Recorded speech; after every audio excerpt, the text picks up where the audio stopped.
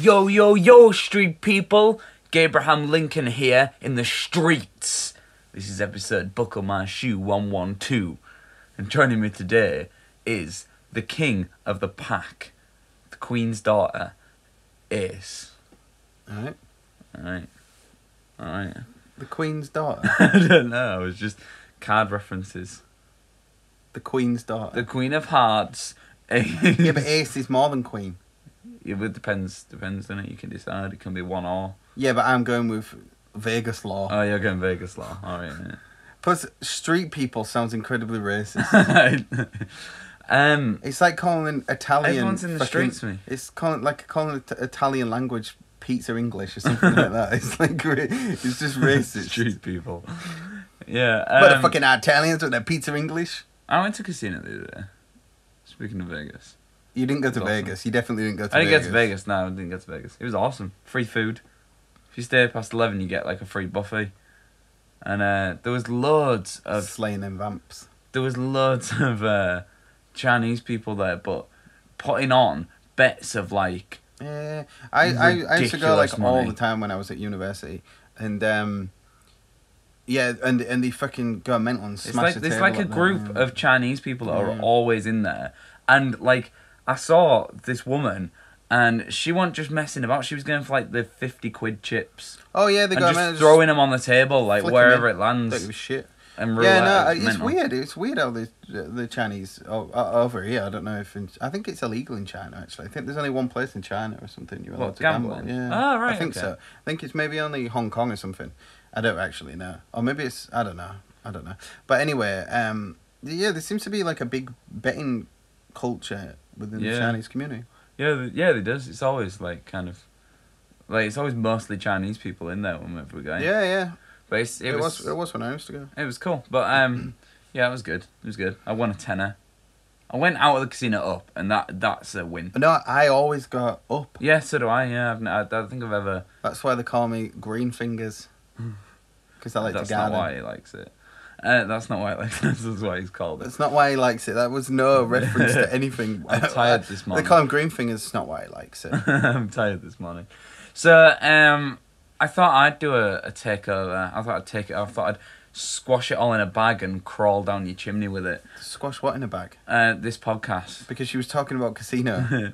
And it sounded like you Ocean's 11. You was doing some sort of caper on the fucking whole fucking Napoleon's casino in Hull. So there's an advertisement there. So what I wanted to discuss is something that we've never actually talked about, which is I want to start off by doing, as our like first topic, our best personal Nintendo memories. Okay, so just. Like, not, they don't have to necessarily be big things than Nintendo, but personal experiences that are our favourite kind of thing that's happened, Nintendo related. And then go the opposite of that, and our biggest letdowns, our second one, times when Nintendo have Well, I'll just take one at a time, we'll do one at a time. So we'll start off with our our favourite memories. So do you have one to kick us off? You go first. Do you want me to go first? Okay. One that always stands out for me was... the first console I ever bought, like, myself, you know when you save up your paper on money or whatever, was the GameCube. And I remember reading the Nintendo magazine for months and months and months before the GameCube came out. The Dolphin, as it was called back then.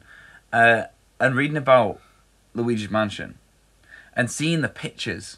Because that's all I needed. All you got back then, you didn't get like the internet. I remember the exact pictures that they put out. Yeah. I remember the exact screenshots in my head, like what was in like Games Master and the Nintendo magazines and stuff like that. And that game looked fucking awesome in the screenshots. Yeah, it really did. It looked awesome in real life, to be fair. But before, it looked like a cartoon. Well, it looked like far better than anything we'd had before. It looked like, especially in screenshots, if something was announced and it looked like that now, it wouldn't be completely out of place. Like, it was sort of like Mario Galaxy. If you was the screenshots, it's like maybe Mario Galaxy 1 and Luigi's Mansion. They wouldn't be far different in terms of graphical... Well, there was different stylations, I suppose, with it. Because one was like dark and dingy, sort of like kind of kooky, and the other one's like super bright. Yeah, and, like, yeah. It's, they're not really comparable in that sense, but like the quality, like that's what Nintendo have always done. They've always taken the hardware, and pushed it. It can be bad, or not even pushed. They've just stylized the content in a way that just looks timeless on that thing. Like if you look at Mario Sunshine on the GameCube, I mean, go back right to the SNES. I mean, well, even the NES. Look at Mario 3. Yeah.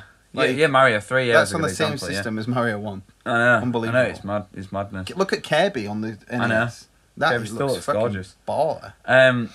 So yeah, I remember reading for months and months and just reading these articles and then I got my 2 games that I got with it was Sonic Adventure 2 Battle and Luigi's Mansion were the 2 games that I got, and they are to this day my 2 favourite GameCube games. They're not the 2 best GameCube games, but the experience You're definitely right there. But the experience that I had with them, which is why I'm saying for like about personal experience, the experience that I had with them 2 games, like, means more to me than the ones with the high reviews or whatever. Like, obviously Metroid Prime, obviously Smash Bros, obviously Double Dash, you know what I mean, obviously Sunshine, but like them 2 games I got them and I was so excited for Luigi's Mansion. Resi 4, that was probably one of my favourite GameCube games. I love Resi. I used to listen to Avril Lavigne and watch and play Resi 4.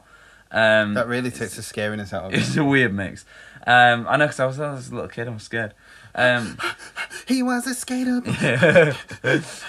So, but what I did was, I was like, right, I'm going to play Sonic first, because I'm that excited. I am actually standing on a bridge, waiting in the dark. This song's got scary. I thought that you'd be here by now. Oh my god. Oh my fucking god. Nothing but the rain. No zombies on the floor. ground. I'm listening, but there's no sound apart from weird Spanish moans. Spanish moans. So, yeah, but I said, right, I'm not going to play Luigi's Mansion until I complete Sonic Adventure 2 Battle. And I remember I did that game. That game's what a bad. Yeah, but no. But just on order of things, because you should have Luigi's Mansion because you could have finished that in 25 minutes. No, Sonic Adventure's not long. It is if you go and do all the extra bit, all the extra stuff where you can play the bad shit in that. No, but even so, there's like 7 missions is good, 7 missions is better than 3 is both. It's like not ridiculous. It's not a really long game. It would take longer than Luigi's Mansion. Oh, yeah. But anyway, I did that, and I played that game, and I completely loved that game, but I kept looking at Luigi's Mansion. It kept being on my shelf, looking at me. It was a good box as well. It was a good box, yeah. And the first time I played that game, that opening cutscene, this is the moment, the opening cutscene, I'm just walking through the forest with that torch, and I was like, fucking hell, it's happening. Like, I've read about this game. It's happening. It's happening right now. I've read about this game for over a year. I've been waiting a year, so I put this arbitrary sort of rule on myself. That I can't play it until I play this other game, which I've not been waiting for a year. I always do shit like that. Although Sonic Adventure 2 Battle didn't disappoint. I love that game. Was it that thing of like when you eat a Sunday dinner or something, you leave the meat to last. Yeah. Is that the thing where you're like, kind of thing. Oh, I'm so looking forward to Luigi's Mansion that I'm going to play the other thing first, get that out. Going to get warmed up, ready for it. So, but before that point, like, Luigi had not really been a thing, really. Like, he was kind of... He didn't really have a personality before that point, and I think Luigi Mansion gave him... There was, like, adverts in the 80s that sort of gave him that scared personality. Yeah, and I suppose the cartoon... the cartoon, but he was a bit scared in the cartoon. He wasn't super scared. But then there was the Mario Brothers 3 cartoon, which is now on UK Netflix, by the way. It is. Yeah. And then there was the Mario World cartoon as well. So he did have personality if you look for it, but within the games, I guess... I suppose the Japanese Mario 2, which was the Lost Levels over here, he had the higher jump and he was sort of clumsy. That's why he sort of skidded farther when you... So I guess he's somewhat... But they really refined that. It was like taking... that game set the Luigi that we know today. It was like when you get a script as an actor. Yeah. And the character's sort of there, but then when a really good actor takes that character and makes it a thing. It makes it was that sort of thing, a believable person, And I feel like that created the Luigi that we know and love today. And without a doubt, that game, I love it. I've played it recently. Where are you? And it's just mental. It's all the thing. Even when you're like, even when they're walking around and you've just got him going like, really like nervous, and the sense of humor of that game. And was that the first like really well done like voice acting, like not well done voice acting, but the well done like in the sense where they were adding like just little intricacies that didn't need the stuff that Nintendo do. You know, where they add stuff that you don't think, or they add like little intricacies or little sort of like whimsical things that like some people notice, some people don't, but they're there. I like him, like the horse not crashing into a tree. You know, little details that make a big difference. Yeah. I like him. I like his whistle. Where he just whistles. Well, he whistles the theme tune. He whistles the theme tune, but like along with the music, which is really cool. Yeah. I also like the fact that he humps everything. Like you go up to anything and press A, and he's like. I always found that really weird. Like I was always like, what do they think he's doing? Like, do you know when you press that? There's only one thing that it looks like he's doing, and that's humping a chest of drawers. Do you know what I've just realised? GameCube loved fucking shit with backpats and that. There's a poltergust. There is. And the fucking water gun, whatever it's called. Yeah. What's the fucking water gun called? I've only played it recently as well. It's got a cool name, innit? Do you know it nearly got it? It's, I like the way you did the because it's sort of similar to how the poltergust works. In there, it's like a little bit of a take on another word, but I can't remember what it is. Anyway, I'll think of it in a bit. Flood. Isn't it Flood? FLUDD. It might be. I'll Google it. Google it. But yeah, that was one of my favorite moments, and I think playing on that controller was like that controller and that game. It was Flood. It was Flood. Oh, cool. Well done, Ace. Well done. You're a fountain, unintended, of information. Was like such an amazing experience for me, and that's what opened me up to Nintendo, and that's when I wanted to go back and play other things. And I'd kind of played the N64 before that, but I'd never really got into Nintendo the way that I got into it with the GameCube. And I'm glad. I think I came into it at the right moment, because then when I went back over, I came into it in the right moment in the late 80s. But to me, like it felt like I got onto this console that was my favorite console to this day, and then I had such a nice like backlog of games to play to like get up to that point afterwards. But like I feel sorry for people that got into Nintendo with the Wii. You know, when they kind of like, they think, oh, is this what Nintendo's about? And then when they go back and play other games, they realise that he's not really. Wii was quite different from anything they'd done before. But I feel like GameCube was like, you know, it was still keeping with what they do, if that makes any sense. So yeah, my favourite moment was just the first time I played Luigi's Mansion and the build-up. Do you know how weird you are with I've got pins and needles and I'm trying to... I thought like you're like...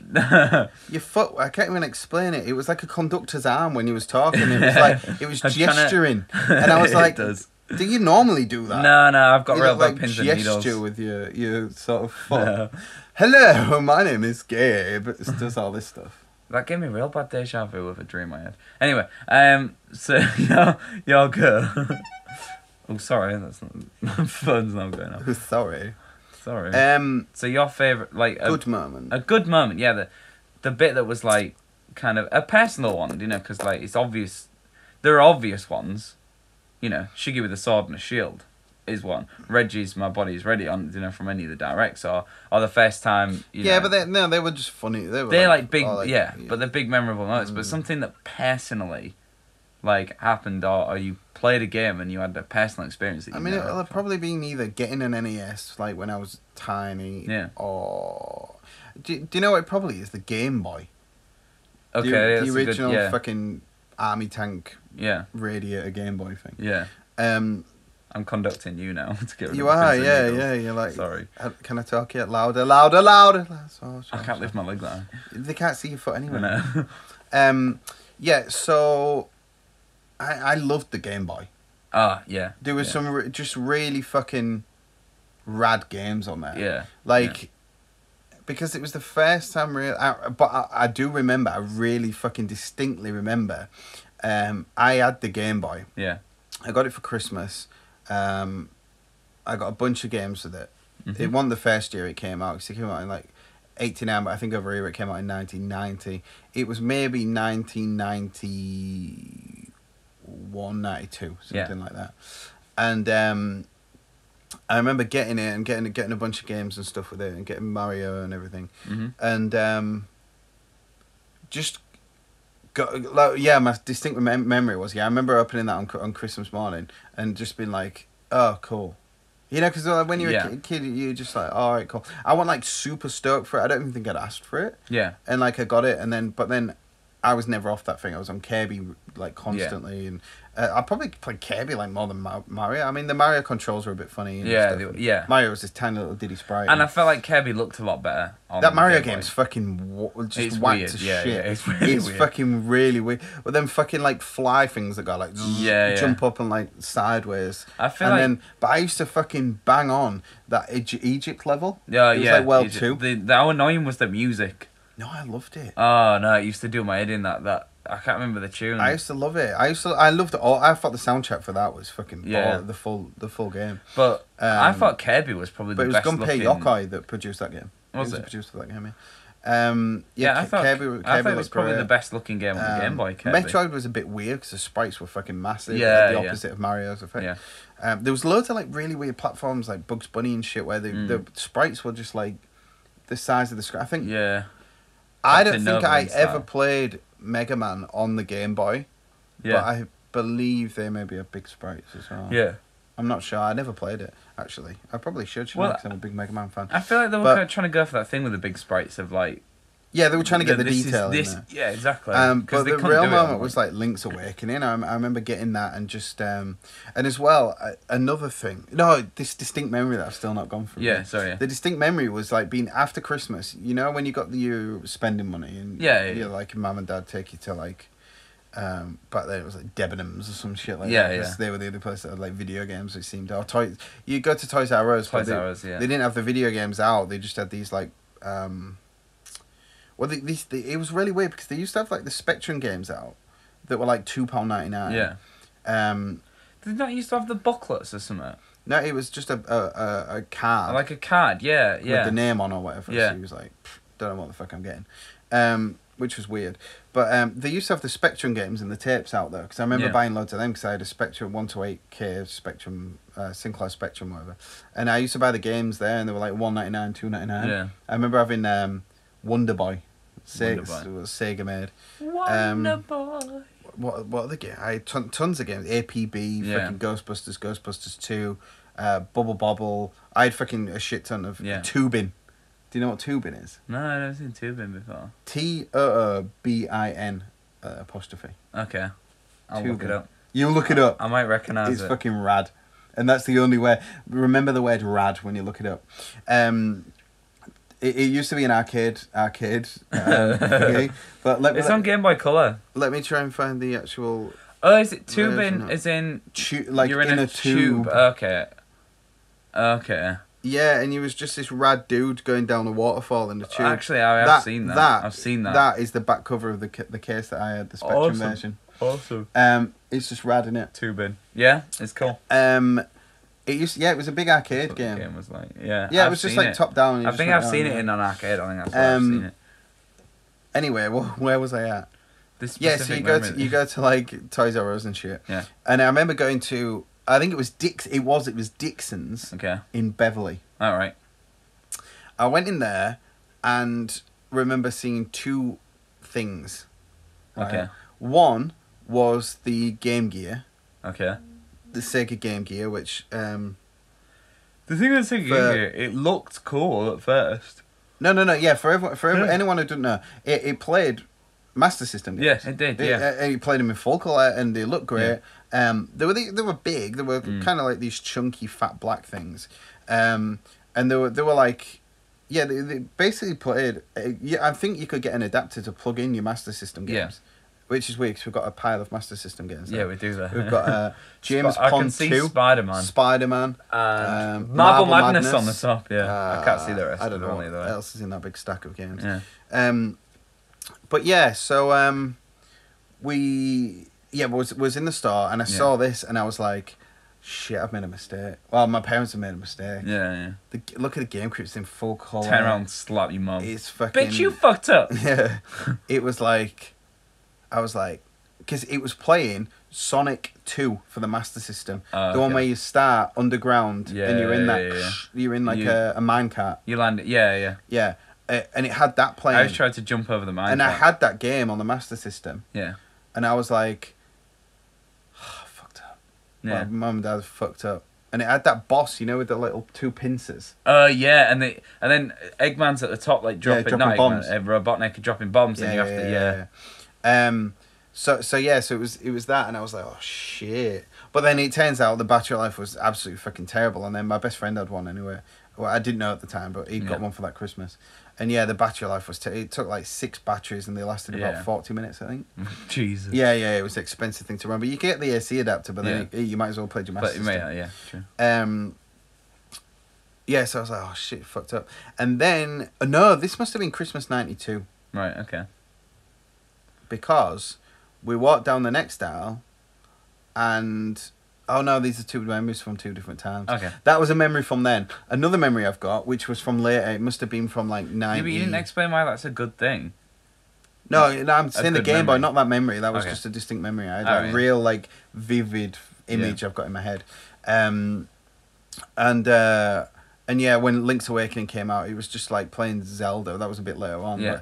Because I had the Game Boy adapter, the Super Game Boy, whatever it's called. There's one for that SNES somewhere. Yeah. I'm not sure where it is. Yeah. It must be in that cupboard. Yeah, well, you can plug the cart in, and then you can plug the Game Boy. Yeah, game and it in had cart, the different like borders on the outside, borders, and you could play the games, and it was cool. It was fucking rad, and I could play like Link's Awakening at home, and then take it away and play it in the car and stuff. And that's like I think that's why I hope the NX is that thing where you can just start again. Yeah, true. For that reason, take it out, because that was the first time when I was like, this is cool. Yeah, I was kind of a bit like Nintendo did that 25 years ago.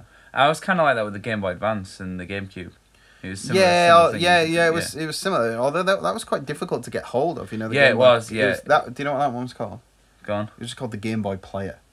And it was like a square thing that sat underneath your GameCube. Yeah, I remember.